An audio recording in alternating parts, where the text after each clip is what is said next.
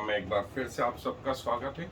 और हम जो है perfectness of Jesus, perfectness of father, perfectness of Holi spirit, और वही अपेक्षा प्रभु कहते हैं कि मैं सिद्ध हूँ, मैं पवित्र हूँ, सो तुम भी पवित्र और सिद्ध बनो। और ये हमारी कोशिशों से नहीं होगा, लेकिन हमारी चाहत से होगा। यदि हम इस और अग्रसर रहना चाहते हैं तो पवित्र आत्मा हमारी मदद करेंगे और हमें पवित्र बनाने में लगे रहेंगे, हमें परमेश्वर जैसा बनाने में लगे रहेंगे। और यही कारण है कि जब प्रभु पृथ्वी पर आए तो बहुत सारी चीजों को देखिए।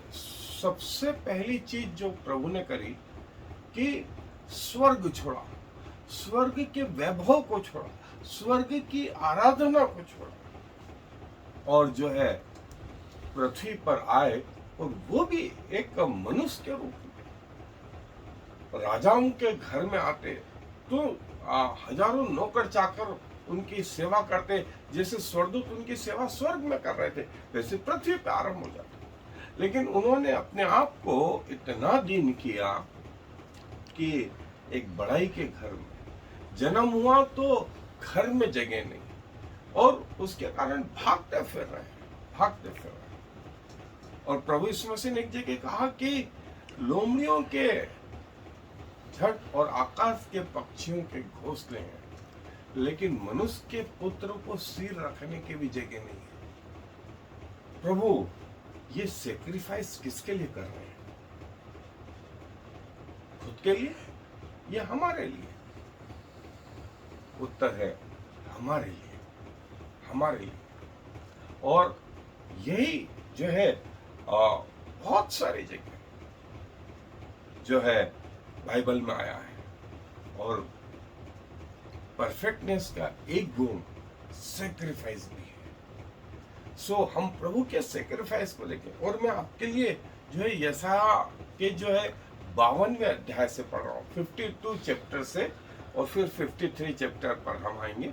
सो यहाँ लिखा है 52 चैप्टर के 13 वर्ष में, 52वें अध्याय के 13वीं आयत में, देखो मेरा दास बुद्धि से काम करेगा, वो ऊंचा, महान और अति महान हो जाएगा, जैसे बहुत से लोग उसे देखकर चकित हुए। अब देखें सेक्रीफाइस क्या हुआ, क्योंकि उसका रूप यहां तक बिगड़ा हुआ था कि मनुष्य का सा न जान पड़ता, और उसकी सुंदरता भी आदमियों की सी न रह गई थी। क्यों? प्रभु का चेहरा इतना बिगड़ा हुआ था कि हम सुंदर दिखे। हमारे चेहरे यदि अच्छे हैं, इसके पीछे कौन है? प्रभु यीशु मसीह। और आगे क्या बोलता है?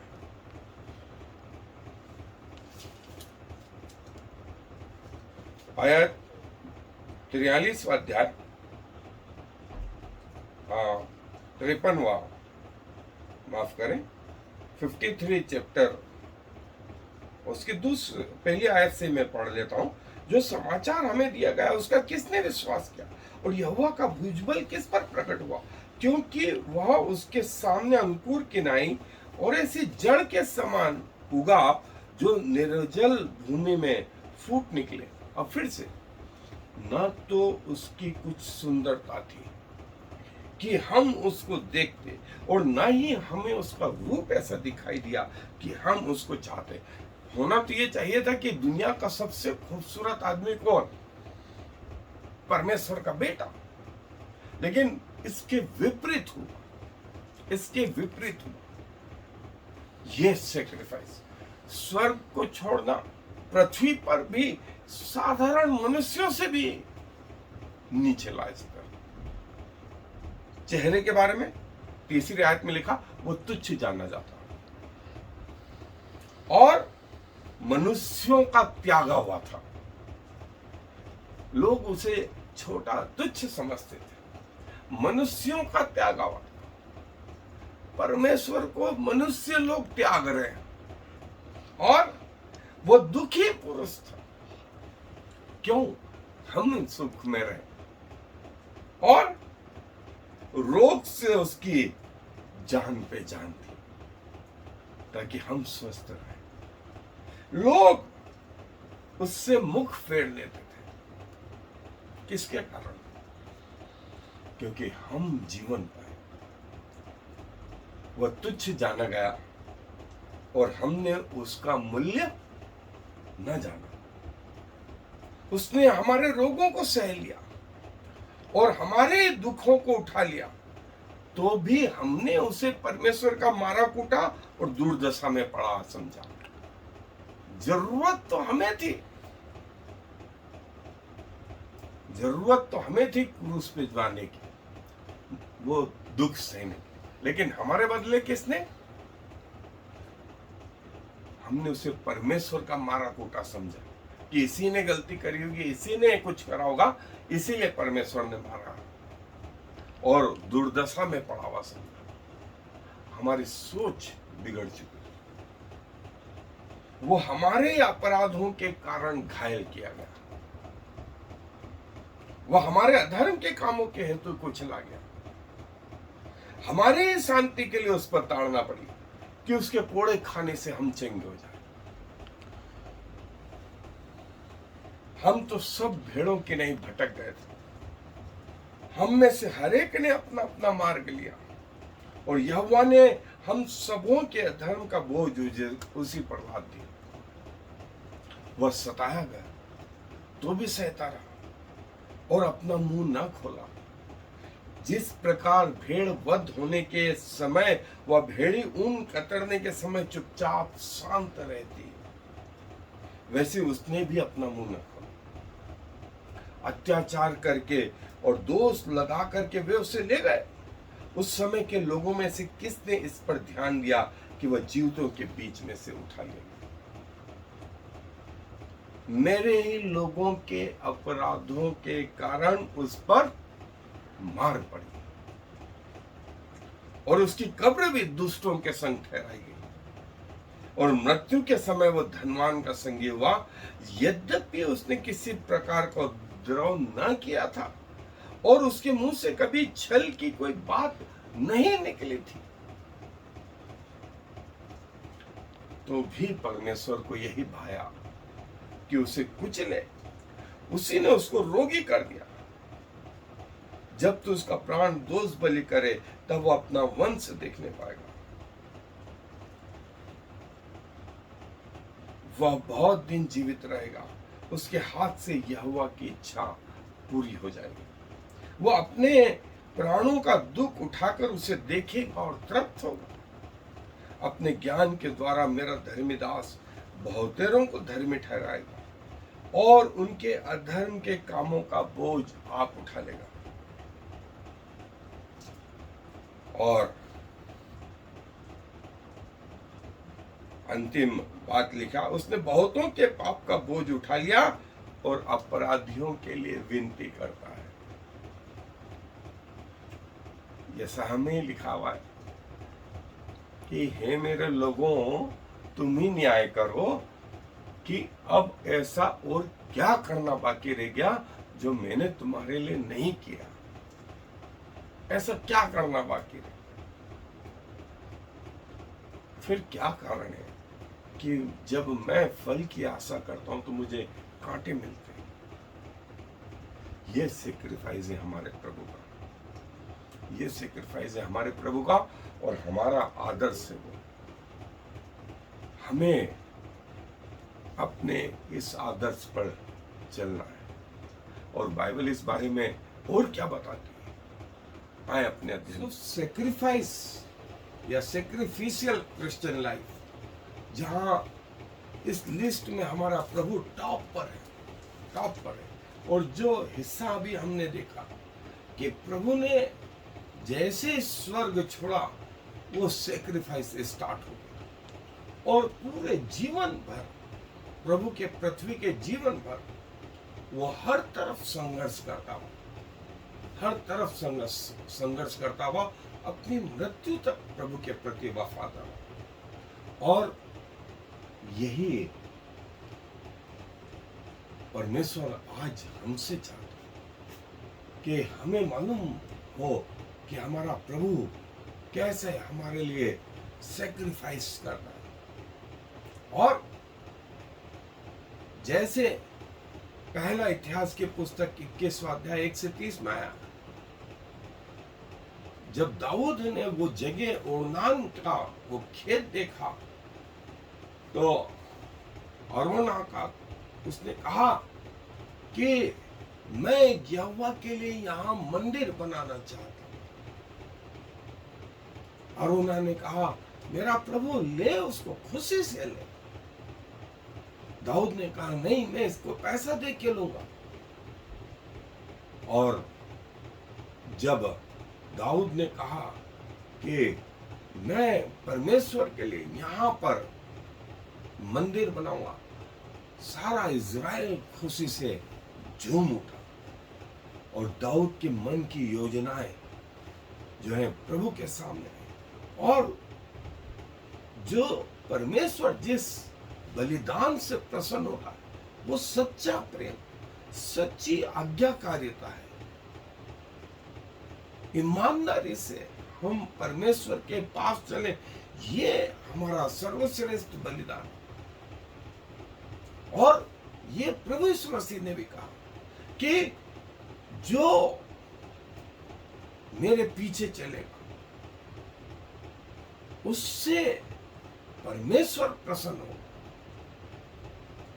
और न सिर्फ मत्ती रचित सुसमाचार में, वरन जो है यूहन्ना रचित सुसमाचार में भी परमेश्वर ने कहा जो मुझसे प्रेम रखता है वो मेरी आज्ञाओं को मानेगा, उससे पिता प्रेम रखेगा और मैं उससे प्रेम रखूंगा।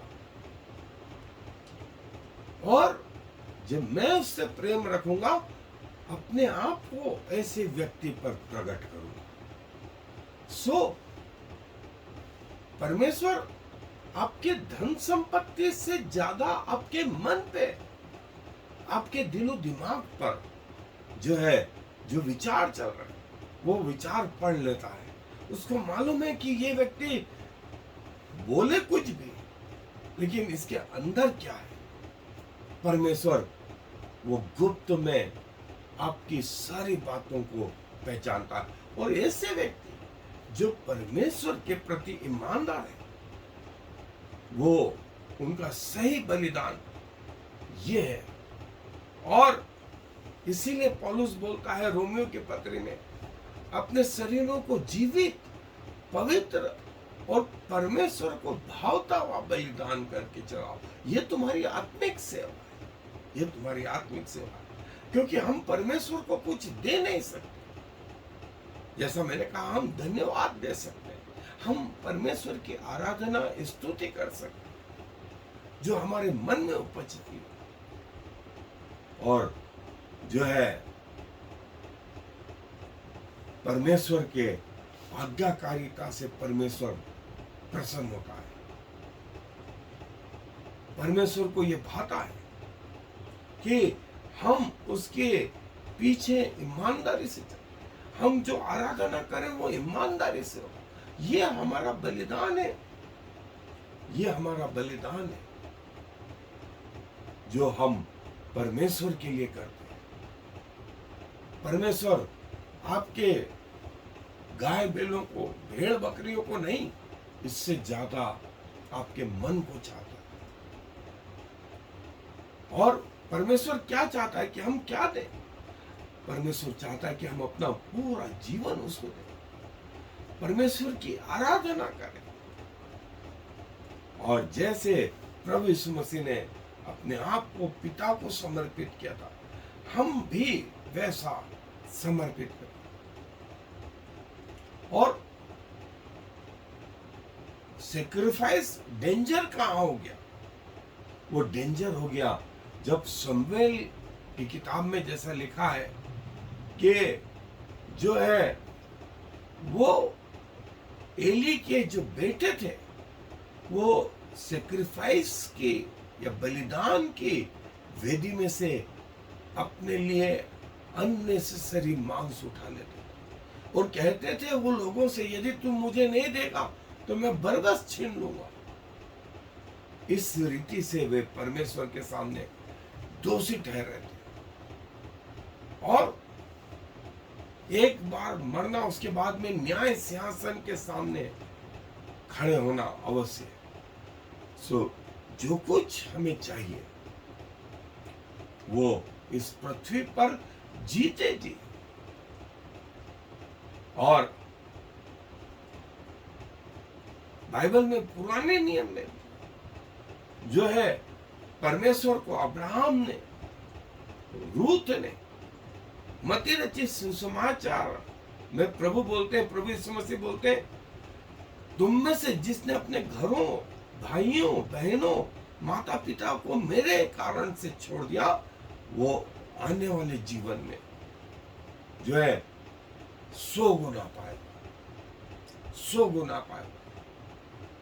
ये सेक्रीफाइस, जैसे अब्राहम ने सेक्रीफाइस करा, जैसे रूत ने अपने लोगों का सेक्रीफाइस करा, वो सारा घराना छोड़ करके नाओमी के साथ आ गई। और पुराने नियम में लोग बलिदान लेकर के आते थे, और पुराने नियम में आरंभ से, उत्पत्ति की पुस्तक से हम देखें तो हाबिल ने परमेश्वर को बलिदान चढ़ाया और वो बलिदान ग्रहण हुए। फिर जब नूह जहाज के बाहर निकला, उसने वेदी बनाई, परमेश्वर को बलिदान चढ़ाया, अब्राहम ने बलिदान चढ़ाया, इज़ाक, याकूब ने बलिदान चढ़ाया, और मूसा में तो व्यवस्था दे दी गई कि वो बलिदान चढ़ाना है, वो बलिदान चढ़ाना है। और हर साल में 3 बार परमेश्वर के सामने उपस्थित होना है और खाली हाथ नहीं आना। जो कुछ आपका सर्वश्रेष्ठ है वो परमेश्वर को देना है। और पुराने नियम में जो है, हर जो बलिदान है, सेक्रीफाइस है, वे इतने रक्त रंजित क्यों होते थे? सो लिखा गया है कि पाप की मजदूरी जो मृत्यु है, उसका छुटकारा जो है लहू के द्वारा, लहू के द्वारा। और पुराने नियम में जानवरों के लहू के द्वारा, तो नए नियम में प्रभु यीशु मसीह के लहू के द्वारा। और जानवर चूंकि पवित्र नहीं होते थे, तो वो बलिदान प्रतिदिन चढ़ाना होता था, सुबह शाम चढ़ाना होता था। और प्रभु यीशु मसीह पवित्र थे, इसलिए वो एक बार जो बलिदान हुए, उसके बाद सेक्रीफाइस या बलिदानों का चढ़ाना बंद हो गया। और प्रभु ने कहा कि मैं दया चाहता हूं, तुम्हारे सेक्रीफाइस नहीं, मैं तुम्हारे दया चाहता हूं। और प्रभु यीशु मसीह को लैम ऑफ गॉड, परमेश्वर का मेमना, इसलिए भी कहा गया कि उसने अपना बलिदान चढ़ाया। किसके खातिर? हम सब लोगों के खातिर जो अपवित्र है, जो पाप की दशा में आदम से लगा करके अब तक सिवाय प्रभु यीशु मसीह के कोई भी व्यक्ति जो है पवित्र नहीं रहा। इसीलिए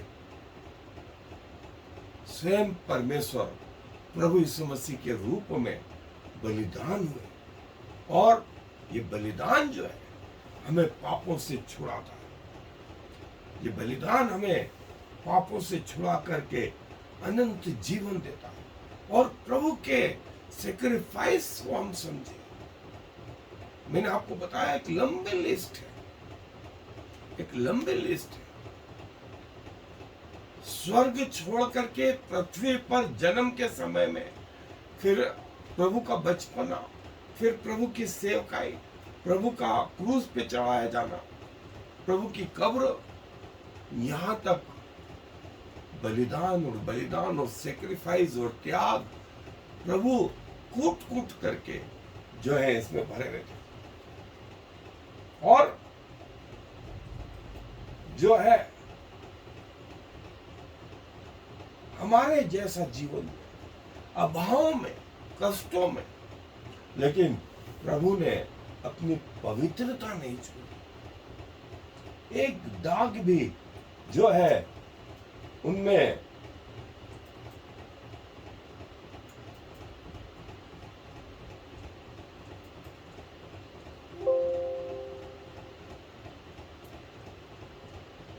क्रिश्चियन लाइफ मीन्स सेक्रीफाइस, बलिदान का। सो क्रिश्चियन लाइफ मीन्स सेक्रीफाइस, बलिदान का जीवन। परमेश्वर आपसे अपेक्षा करता है अपने आप को जीवित, पवित्र और परमेश्वर को भावता हुआ बलिदान करके चढ़ाएं। ये कलीसिया की, ये हमारी आत्मिक सेवा है। और प्रभु का वरदान जो है, पिता का वरदान जो है, वो प्रभु यीशु मसीह, प्रभु यीशु मसीह। और यही आशा वो हम सब से करता है, हम सब से करता है कि हम परमेश्वर के प्रति ईमानदारी से समर्पित, और जो कुछ हमारा है वो परमेश्वर का है, वो परमेश्वर का है।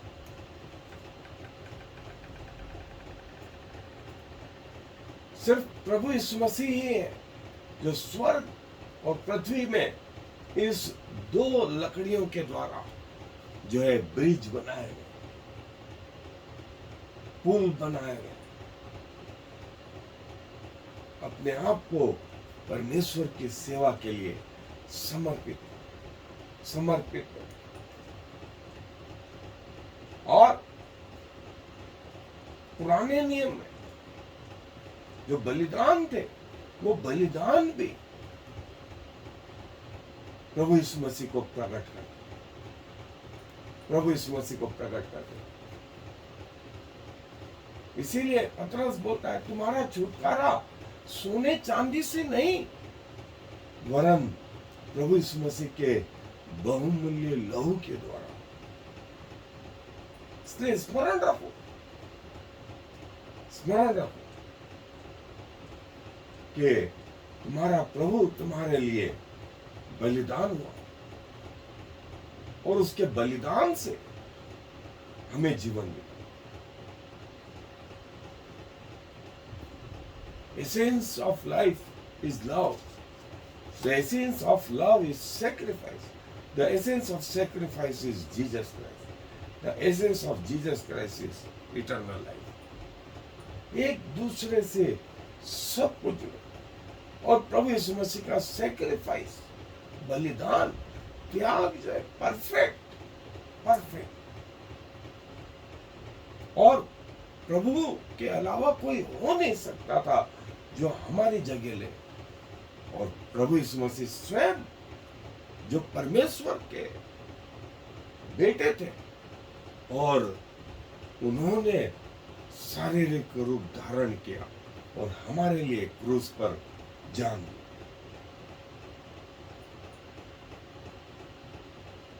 प्रभु यीशु मसीह हमारा परफेक्ट सैक्रिफाइस है, और यही आशा वो हमसे करता, वो हमसे करता।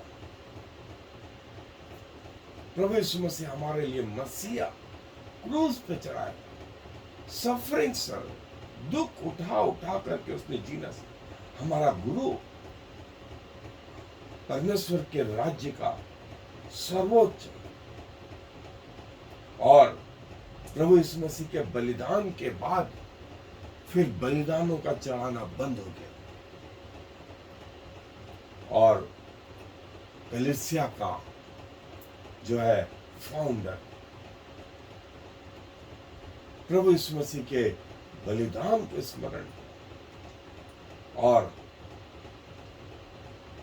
प्रभु यीशु मसीह का बलिदान, सैक्रिफाइस या त्याग हमको डिमांड करता है कि हम जो है वैसा जीवन जैसा प्रभु यीशु मसीह का जीवन था वैसा जीने की कोशिश करो। सो प्रभु अपने वचन पर आशीष दे। आए दुआ। प्रभु जी धन्यवाद देते हैं आपके पृथ्वी के जीवन के लिए। प्रभु जब आप पृथ्वी पर थे आपका पूरा जीवन प्रभु त्याग से भरा हुआ था। स्वर्ग छोड़ने से लगा करके फिर से स्वर्ग पहुंचने तक प्रभु हम हर बात में आपके त्याग को देखते हैं। और प्रभु हम भी चाहते हैं कि वो त्याग का जीवन हम में भी पाया जाए।